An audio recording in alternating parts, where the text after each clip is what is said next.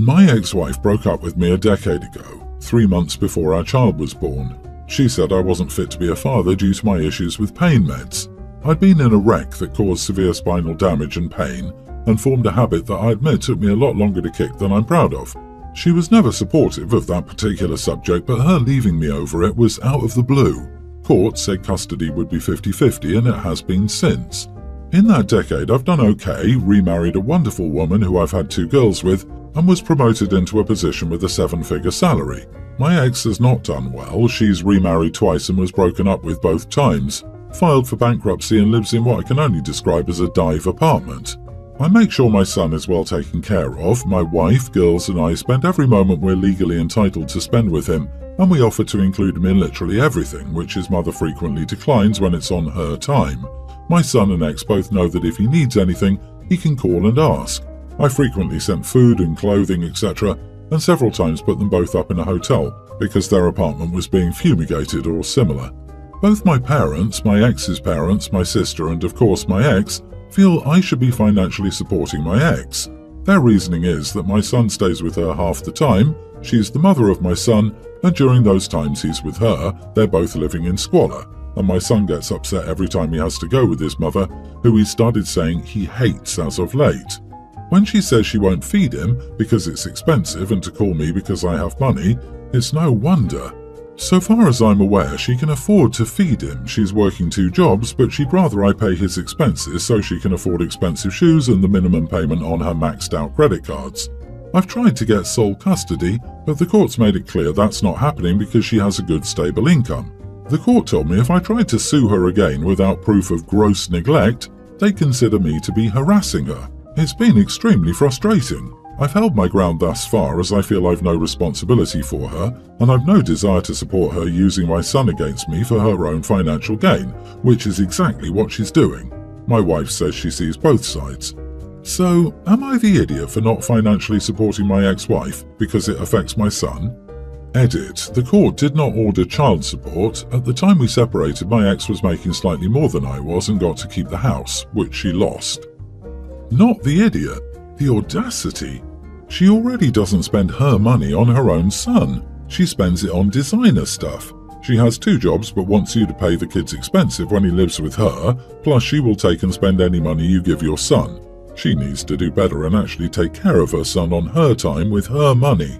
OP, save proof of everything she says and does that is neglectful of your children.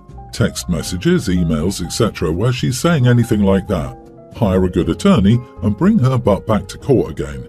You can even report to your son's school if his mother is neglecting him. They are obligated to report it. You clearly provide for your child and are a good parent. You can prove to the court that she is unfit if you have sufficient documentation. You need to speak to an attorney. You are not the idiot for not wanting to financially support her. It's only your job to financially support your kid. If you make 7 figures, you sure can support your ex a little, if only so your son lives in better circumstances. A few $100 mean nothing to you but will change a lot for them. And yes, I get it. She messed you over, but you definitely came out way better. Now be a good winner and act appropriately. You are the idiot, OP. I agree with you. Personally, if I had the means, I would never allow my child to live in squalor. It doesn't sound like your ex was mean or vindictive. You had issues and you seem bitter because she left you. What kind of mom would she be if she raised her kid with someone addicted? She's poor and struggling, not lazy. She works 2 jobs. Talk to your lawyer again. There are other ways you can support your ex without giving her money personally. Help her get a better job. Get gift cards to a shopping store, or make grocery deliveries once a week. Maybe you buy a condo for your ex and kid to live in, and yeah, she gets booted on his 18th birthday. I understand you have some bad feelings for your ex, who you feel didn't support you, but she is still your child's mother and you are, in essence, punishing your child. Been with my wife for 2 years. I have 2 children from a previous relationship who are kindergarten age and 2 years older. Currently, she's 7 months pregnant, we're married, and we've been living together for 5 months. It's been an adaptation for everyone, mostly the children. During our relationship, even before living together, I knew my wife got the occasional headache. She takes painkillers but says they don't help, so she'll usually spend the day in our bedroom and sleep. The kids are at home, my wife has a headache, and I'm working from home. Kids are doing what they normally do, playing. My wife texts me asking to keep them from making so much noise. I was in a meeting when she texted, so I didn't look at it until an hour later. She's upset, but the way I see it is it's the children's home. They're playing. What am I supposed to say? My wife has a headache, go read a book? I don't think I'm the idiot. My wife does. Figured I'd ask. Am I the idiot? My wife has a headache, go read a book. Yes, that's exactly what you should say. My daughter is 3, and when I have a headache, I say to her, "Honey, would you please quiet down, I have a headache," and then she calms down. So your kid should be able to do this too. Yep, you are the idiot. Not seeing the text for an hour is acceptable. Refusing to teach your kids empathy makes you an idiot. You could easily have told your kids that their stepmom has a headache and that noise is really bothering her. Could they do something quieter? You shouldn't be angry at them if they fail, but you should slowly teach them to be aware of others and respect their needs, within reason. She's also 7 months pregnant, so she likely can't take her regular medication for this headache. Ever had a migraine? And it's the children's home? It's her home too. She's not some witchy woman for wanting you all to respect her when she's 7 months pregnant and has a migraine. She wasn't asking a whole lot. Put a movie on for the kids? Send them outside to play? Ugh, teach your kids some compassion for others. I honestly can't believe you're refusing to make accommodations for someone you care about. Not the idiot, I'm on your side here. She's about to be a mother herself and learn real quick how to deal with noise, headache or not. What will she do with a screaming baby while she has these headaches? All this beating you up for the kids playing too loud is BS. What are they supposed to do when stuck in the house while dad works and stepmom sleeps? Why couldn't she tell the kids to quiet down? How hard could that have been for her? I'm a teen male and super gay. I've been out publicly for 4 years now, but honestly it wasn't hard for anyone to tell before that. My family has been chill about it and I never had any issues. Almost no issues. My mom's brother and his wife give me the "that's nice" while trying so hard to force a smile whenever it's brought up. It's not so much my uncle as it is my aunt. She's super Catholic and super Irish. We do Christmas with my mom's side the weekend before, and I was sitting next to their pre-tween daughter. My other cousin was there with his girlfriend. He's my age. Little cousin said in her adorable young voice to me, "Why don't you have a girlfriend like my brother?" Honestly, without really thinking anything of it, I said, "I won't ever have a girlfriend. I like boys. I'm gay." Cue the hardcore stare from my aunt while my uncle tried to tell a story to distract her. It didn't start a big fight then and there, but today I heard all about how my aunt called my mom and really gave it to her. I had zero right to tell their daughter what gay was. They're the parents and they will decide when she can know about it, etc. After my mom told me all this, I questioned why they needed to be secretive about it. I asked if they thought it was shameful. Mom assured me no, but they claim, as parents, it's up to us to teach our child about that. My uncle has since called me, basically begging, for his sake, to call my aunt and apologise, and get this, to try to walk back the comment next time I see her. He's giving me the, "You know how she is, just apologise so she can stop annoying me about it." So, am I the idiot for doing this? Also, screw apologising, that's not happening. LOL. Not the idiot. She's clearly old enough to recognise her brother's relationship. If the kid knows boys sometimes have girlfriends, it's very reasonable for them to know that some boys have boyfriends instead. "I like boys" is a very age-appropriate way of saying you're gay. If the kid had followed up with, "How does that work?" and you'd gone into details, it would have been as inappropriate as giving her the birds and the bees, but you didn't. And she may well have friends at school who have 2 moms or 2 dads. There's nothing wrong with being yourself and telling the truth. You did nothing wrong. Does your aunt expect to shield this child from all the different types of people in the world that she doesn't agree with? Also, what were you supposed to do? Lie and tell this kid, "Oh, thanks for asking, my dear child. I am very straight and actively looking, and will find a woman I would like to have a romantic relationship with someday." No. Your aunt is an idiot with no common sense. OP, don't apologise for anything. Just continue being your awesome self. Your nibblings will see that you're gay, you're awesome, and there's nothing wrong with that, which is something that needs to be normalised far more than it is. Your uncle needs to grow a spine and stop asking other people to kowtow to his wife so he doesn't have to deal with her unreasonable tantrums. My dad has been married to Joy for 2 years. She has 2 kids who are an infant male and a female kindergartner.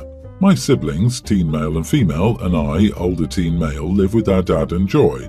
I don't consider Joy my parent or her kids my siblings, but I'm not a jerk either, so when I went Christmas shopping I did get them gifts, but nothing like what I got my siblings. I got my sister this makeup case she's been wanting, some decals for her Switch, and got her some packs of Animal Crossing cards. I got my brother 3 video games he's wanted for a while, and I got him a second controller for his PS5. I work part-time and I save most of my money so I can afford to do this. I got a toy for each of my step-siblings, not even really sure what they were, but they weren't very expensive. I was wrapping them while everyone else was out. Joy came home early and saw me wrapping them and asked where the rest of the gifts were. I said that was it, and she got mad at me because she realized her kids got way less compared to my siblings, and the effort was put into my siblings more. She told me I was old enough to treat them all exactly the same and to imagine how it would feel for her kids to think I don't love them the same. She complained to my dad when he got home, and he asked me about it. I told him her kids don't mean the same to me as my siblings, so I got them something to be nice versus actually wanting to and trying to be their big brother. Dad spoke to Joy after me, and she was annoyed that I didn't see them all as equally as my siblings. She questioned me about who else I bought gifts for, and I told her it was none of her business. She told me I live in her house, she's the mom of the house, etc. I told her I don't have a mom and that she's not my mom, and I don't owe her the information about who I spend my money on gifts for. Things are now so tense. It's been more than a week and my dad asked if I would consider spending more on Joy's kids to keep the peace. I told him I wasn't willing to do that, so Dad bought some extra gifts for me to say are from me. Joy was angry and said I was a little idiot because I shouldn't be getting blood family better gifts for being blood when we're all equally one family. Am I the idiot? Edit, I literally don't have a mom. My siblings and I were born with help for Dad to be our sole parent. He became a single parent to 3. The woman who helped has no legal rights over us, so no mom. Not the idiot. You're a teen, a child. You're not obligated to spend anything on anyone at your age. The fact that you've used the money you've saved from your part-time job to get something nice for your siblings and step-siblings shows that you're a caring older brother. Your step-siblings are young. They have no concept of the monetary value of anything. They'll just be happy they got something. Your stepmother needs to back all the way off, and I say this as a stepmother myself. She cannot force a sibling bond between you in the same way as she cannot force a parent-child relationship between you. It takes time, and putting this pressure on will drive a wedge in. Your dad needs to step up here and defend you. Also, you, cringing at mom of the house, that lady has some nerve to say that. Ha ha ha, agree. Like, I am technically the mother of the house in my home, but I can't fathom lording that over my biological children, much less a stepchild that already made it clear they don't want a maternal relationship with me. Frankly, I can't fathom saying that with a straight face. I'm the mother of this house. Buy them glitter, slime and stickers. The unholy trinity. Make Joy regret opening her mouth. Months ago, my co-worker Debbie used me to get a raise. I was initially happy for her, but she cannot complete her work independently and goes to me for help every day.